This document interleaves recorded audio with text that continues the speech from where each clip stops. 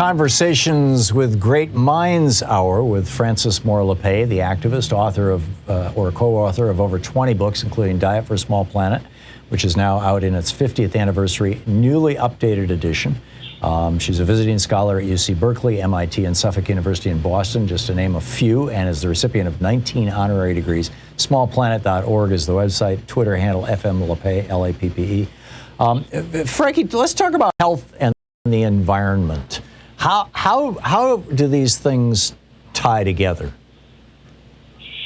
Well, as we have moved to this very wasteful, grain-fed, meat-centered diet, highly concentrated control, we have also seen a huge growth of disease, in the sense that in the last 50 years, approximately 5-fold increase in the U.S. in diabetes. And part of that is moving to a highly processed diet. Now it's called ultra-processed. So it's both the meat-centered and the ultra-processed foods that have added salt, added sugar. And so that is a dramatic change. And it's estimated now that about a third of Americans are either diabetic or pre-diabetic, meaning that they're on the pathway. So I think then we also know that something like let me just say here that we understand that eating a grain-fed, meat-centered diet also contributes to a heart disease and certain cancers, and so it's really it's really not healthy. Yeah, put it bluntly. And it's not healthy for the environment either. Right, because what has been happening is really, as you opened up with this threat of the sixth great extinction, that this uniform growing of these crops over such wide areas and destroying rainforests to do it. I want to return to that in a sec. But it brings about the decimation of so many insect species in particular that there is a great fear of that over the next few decades that we could really see this loss of insects that are essential to growing food. And in the rainforest, something like 80% of the rainforest destruction, say in the Amazon, has been to make room for cattle grazing and for feed crops. And the Amazon is the richest center of biodiversity in the world.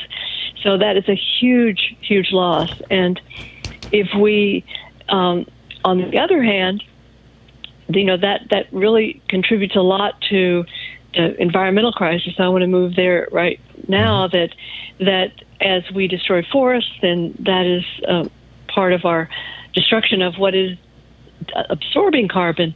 And it was estimated that if we move to a plant-centered diet, this peer-reviewed study found that we could be the equivalent in terms of benefit to the climate challenge, equivalent to taking basically all the cars and trucks and trains and ships off the road and off the seas. I mean, that is really significant.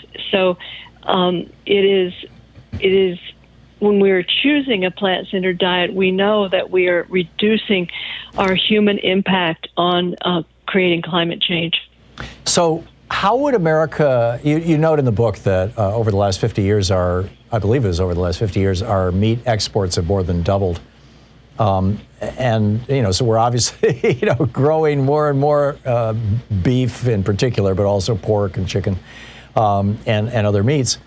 How would America be different if the whole country were to adopt not necessarily even a vegan or a vegetarian diet, but just, cut their meat consumption back to what is pretty much the norm for the world, which is maybe one day a week eating essentially a meat-based meal or the equivalent thereof, or eating a small enough amount of meat that it just makes up that small amount of the diet that is typically, is what you typically find in other, not necessarily other so-called westernized or advanced or developed or wealthy societies, but what you find in societies that are living the way that they've been living sustainably for thousands of years. How would America be different if we were to shift away from a meat-based diet as a country? Yeah, well, one of the first things, as I said, is that we now are one of the worst, and per capita, we are way up there as one of the very worst climate culprits. I like to think of it as, so we are continue to emit greenhouse gases at a very high rate, especially per capita, compared to the rest of the world. So that would really go down big time, as I was talking about how shifting to shifting to a plant-centered diet would overall be the equivalent of taking all of these vehicles off the road if we did that globally. So I think that we would definitely remove ourselves from being one of the very worst climate culprits. And we would also, to do that, would involve so much diversity of the use of our land, because we're using so much now. Our two major crops that take up a huge portion of our agricultural land are corn and soy in these huge monocrops, and those are what are destroying. I believe it's estimated that 40% of our insects could be extinct within the next few decades because of this kind of monoculture, single crops over these huge acres, using pesticides. And so we would be protecting the diversity of insect and other forms of life that we need to grow food into the future. So that would be a really, really good thing. And we would certainly see these healthcare costs and troubles and pain and misery go down related to, for example, this very extreme level of diabetes that we have now, where, as I say, a third of Americans are either diabetic or pre-diabetic. So we think of all that money we'd save on healthcare alone, as well as just the vitality that we'd have. And so it would be also require, to get there, would require democratization of our government, so that corporate lobbyists, and now which there are 20 lobbyists in Washington for every person that we have elected to represent us there. And I want to point out, agribusiness lobbyists are a bigger part of that than even the oil and gas industry. So another thing that would have to be part of this transition is that we step up as citizens and say, hey, we don't want industry determining this dangerous agricultural system that's bad for our health and bad for the earth. We want our real voice of Americans, of what is best for all of us. So I think that means really stepping up to get money out of the controlling place it has in our government. Yeah, there's a kind of a cycle of the lobbyists to the politicians to the subsidies for the agricultural industry, and on with that. And in fact, you talk about democracy. You've written a couple of books about democracy in the United States, and this, but I don't think most people make the connection between how we eat and how we govern ourselves. Beyond the obvious, there's lobbyists who want to funnel money to the people who are growing our food. Can you speak to that? What do you mean the democracy is the problem?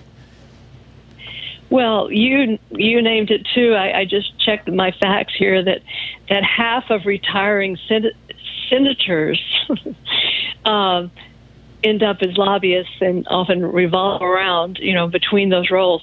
So there is this very clear problem we have of people who we think are representing us when they actually have ties to the problem and that are being rewarded for voting for policies that are not in the interest of their constituents. So that is just very simple. By the way, I just looked at how much Germany spends per capita, because that's the only fair way to do it on a national election compared to us. And it came out like 400 and something times greater here than there. If you look at the $14.4 billion spent on our last election, and that was doubled. It doubled in one election cycle. So I think that's a really clear call. And the food connection for me from the very beginning has been that what's more personal? Hardly anything more personal than what we put into our mouths every day.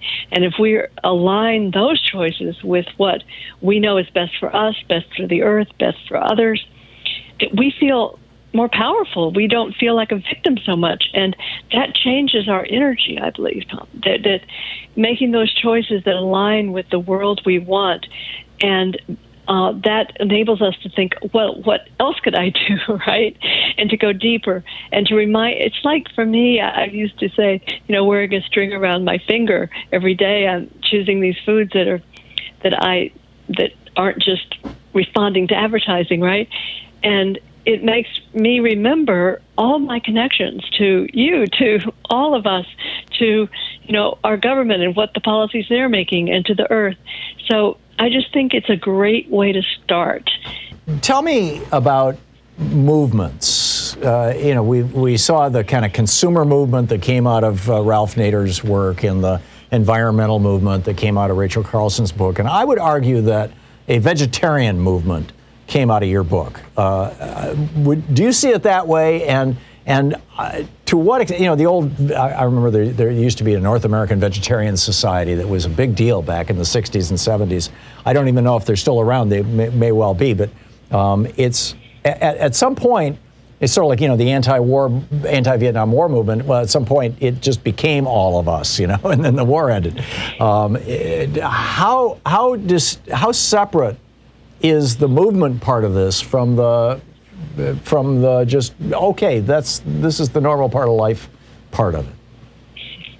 Gosh, I don't know the answer to that because I'm so living it, and I guess here in the greater Boston area, probably it's not a sample of the country. So I really don't know how I answer that, but I do realize, as you say, there's just this burst of appreciation for that it's possible to be healthy. In fact, you might be healthier, the plant-centered diet. And just the term plant-centered, I think, is really helpful rather than saying vegetarian. Right. Plant-centered, I call it plant and planet-centered now, because we really have to understand that this is not just about our personal health, it's about the health of all. And we can't get there from here if we, in terms of the climate crisis, for example, we can't get there, and overall health. But so I do feel that it is beyond where like you say, a vegetarian movement, and it's more shifting into overall consciousness that plant-centered, planet-centered is good on all these many levels, and it makes just so much sense from the pocketbook sense, or however you want to call it. So I guess my social movement eagerness is to link it to the democracy movement. That really we're at a stage where a movement of movements is the way we need to think about the democracy movement, because whether it's for the environment or whether it's any really key reform, racial justice, you name it. If we don't have democracy, we're not going to get there.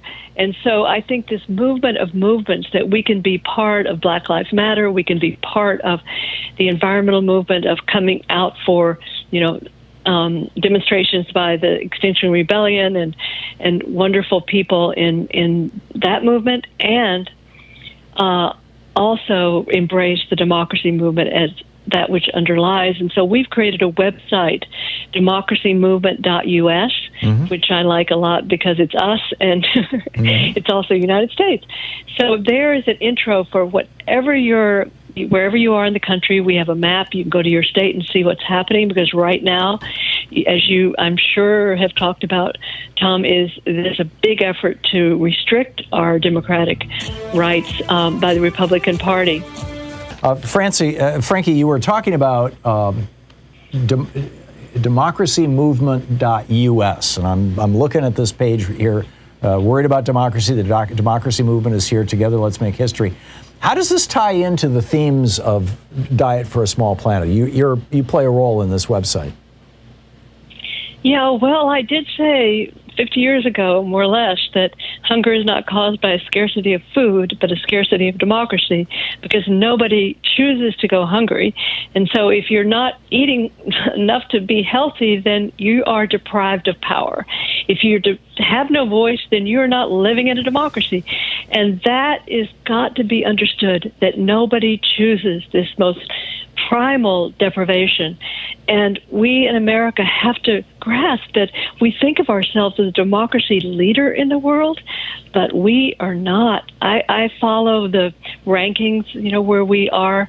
There's a project at Harvard that teams up with the University of Sydney that ranks us. The Electoral Integrity Project puts us behind about 55 countries, including South Africa, Poland, Peru. Then there's another center in Sweden that ranks us behind about 30 countries, and they note that there's been a backsliding, and we're right in there, named as one of the countries with the most gone backward. So I don't want to depress people. Always want to motivate us, but I think we can't move forward if we have an illusion about who we are as Americans. And so it's really important that we share this bad news as well as the good news, that there are people working for democracy reforms, and we have on our website a lot of examples of where ordinary people have stepped up and done amazing things at the state and city level. So how best do we get there? I mean, it seems to me like the core cancer in our democratic systems, and I realize we're kind of drifting away from diet here a bit, but I get the interconnection. But it seems that the core cancer is money, and that the Supreme Court has legalized billionaires and big corporations owning politicians. And we have a few politicians, even in the Democratic Party, who are, outright owned and proud of it. But the entire Republican Party seems to have embraced this. What steps do you see to resolve that issue? Well, I agree with those who assert that we must reverse in effect the impact of Citizens United that opened the floodgates. But believe me, we had money in politics before then. I think that was 2010 was the Citizens United. So but I just want to underscore that there are, particularly at state and city levels. For example, we tell the story of a young woman in Michigan, Katie Fahey, who just got truly upset about the degree of gerrymandering in her state. And just this one young woman started a campaign and then turned into traveling all across the state with all sorts of people. And there's a beautiful documentary about her. And in the end, they got a resolution. They got the system changed so that there could be fair districting in Michigan. And so we tell the stories on our website, democracymovement.us, of people like Katie and others who are working for, voting rights. The three arenas are the voting rights protection and the end of gerrymandering, and then money out of politics. And even, but with, for example, public financing, which was part of what I think of as a Sarbanes bill, what became H.R. 1 and then S1, with a whole raft of reforms. One of them was to enable public financing of elections, which we had. Jimmy Carter won with public financing. Mm-hmm. So that's not forbidden by the Citizens United disastrous ruling. Largely wiped out, unfortunately. But yeah, I'm with you. I'm completely with you. Frankie, we're out of time, but thank you so much for being with us today, and thank you so much for writing this absolutely transformational book.